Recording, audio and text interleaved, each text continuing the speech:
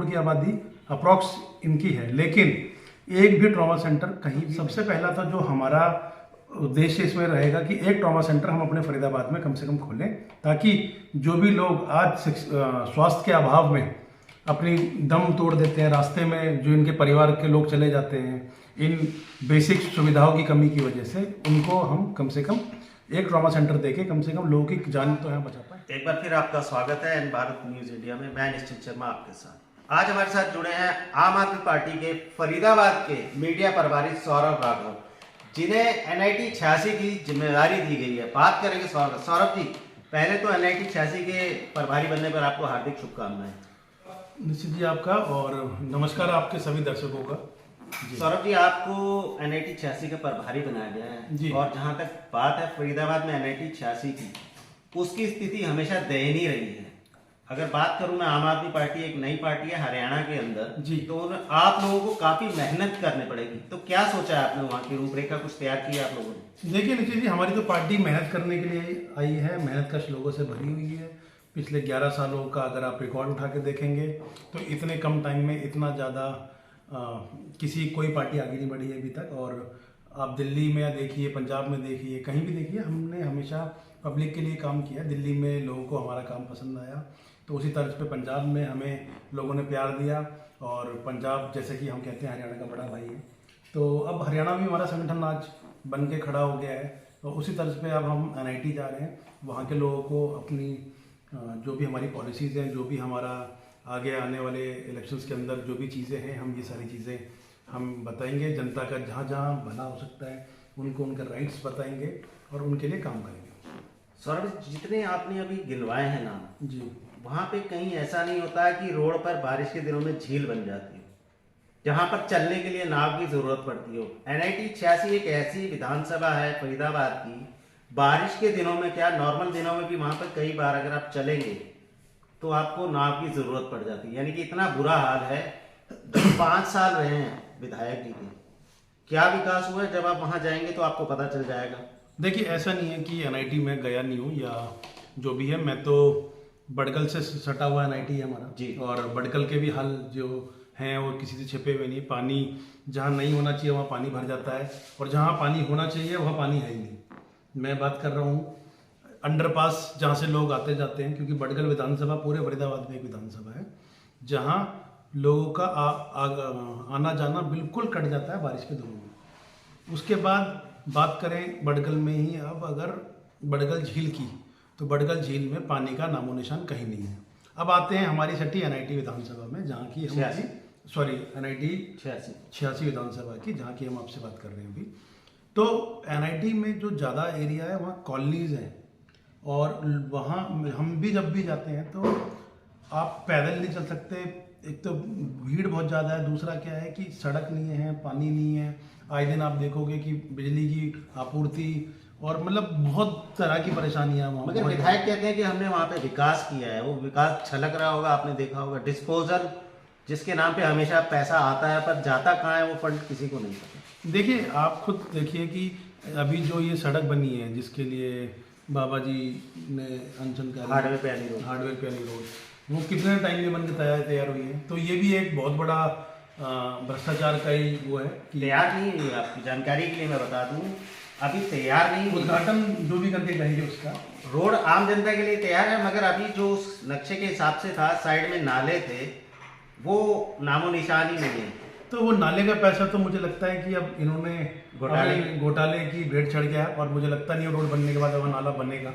क्योंकि मैं वही बार बार कहता हूँ कि इन लोगों को पॉलिसीज ही नहीं पता है। नाला पहले खुदना चाहिए, रोड उसके बाद बननी चाहिए। अगर रोड बनने के बाद आप नाले की बात कर रहे हो तो मेरे हिसाब से ये बहुत बड़ी बेवकूफ़ी है। आप लोगों का पैसा खराब कर रहे हो।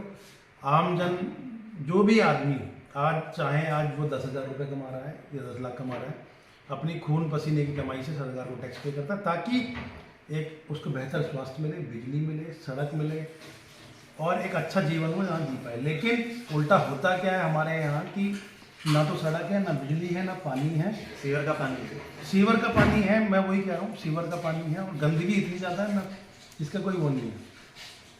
तो क्या लगता है आपको कि आम आदमी पार्टी अगर आती है जी फरीदाबाद और हरियाणा की अगर मैं बात करूँ तो विधानसभा 86 काफ़ी बड़ा मुद्दा रहेगा आम आदमी पार्टी के लिए भी कि उसको सुधारना, उस पर डेवलपमेंट करना, उसमें विकास कार्य करना, क्योंकि अभी तक जितनी भी सरकारें आई हैं विधानसभा 86 जो है त्यों की त्यों है।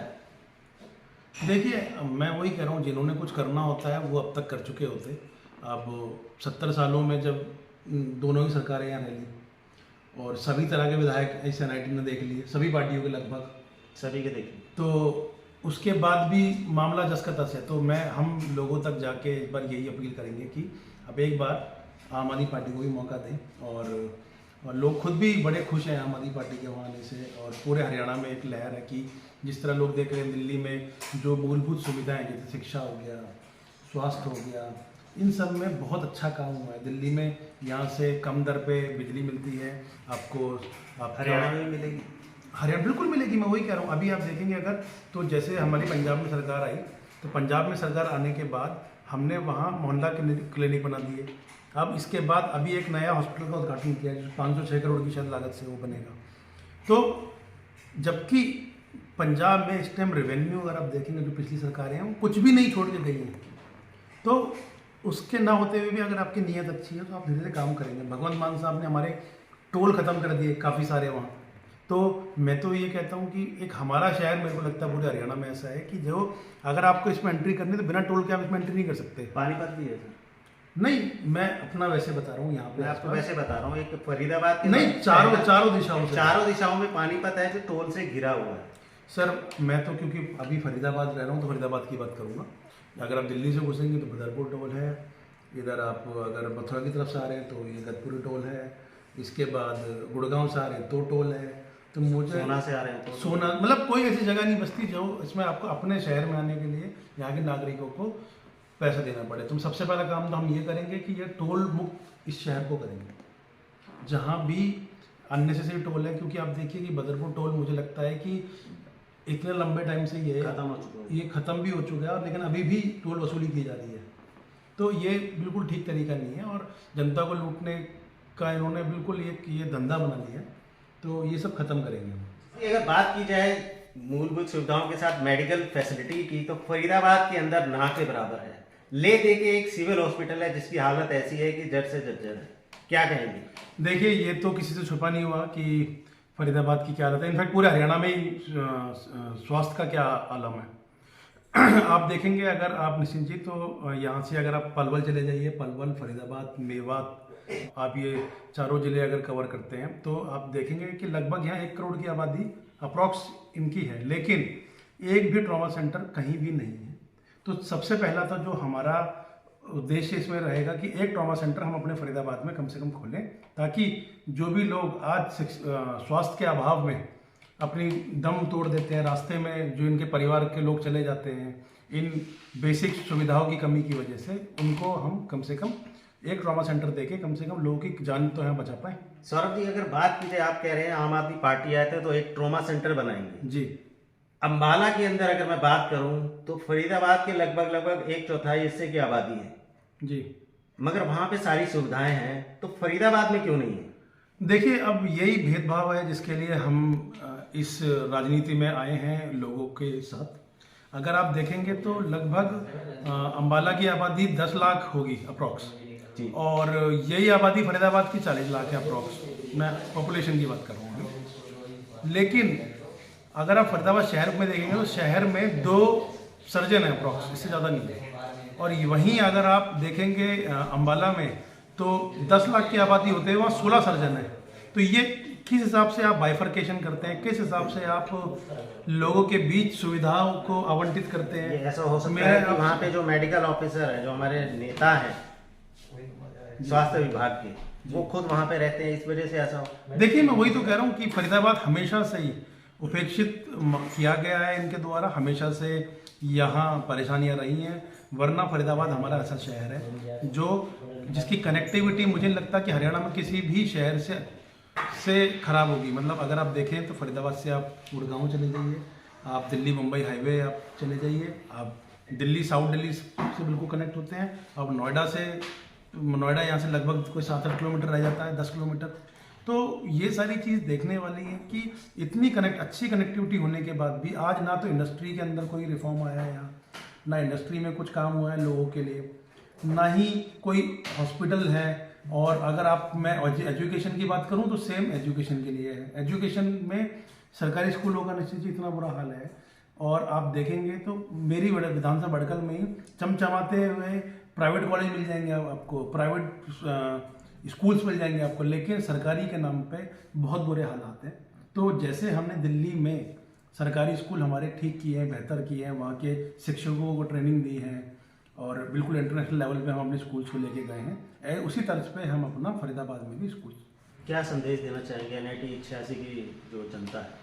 मैं सभी से हाथ जोड़ के बस यही कहना चाहूँगा कि हम आ रहे हैं आपके बीच, और आप सभी से एक ही दरखास्त है कि हमारी आम आदमी पार्टी को तो मौका दीजिए। हमारी पार्टी आप जैसे लोगों से निकली हुई लोगों की पार्टी है, तो आप अपना आशीर्वाद हमें दें। हमारे जो भी कैंडिडेट हैं सबको अपना आशीर्वाद दें, और इसी के साथ मैं अपनी बात को चलिए, बहुत बहुत थैंक यू। जैसे कि आपने देखा, सौरभ राघव ने बताया कि आम आदमी पार्टी अगर आती है तो जो मूलभूत सुविधाएं हैं जिनसे अभी NIT 86 की जनता वंचित है, वो सभी उन्हें दी जाएगी। ऐसी खबरों के लिए हमारे साथ जुड़े रहिएगा। धन्यवाद।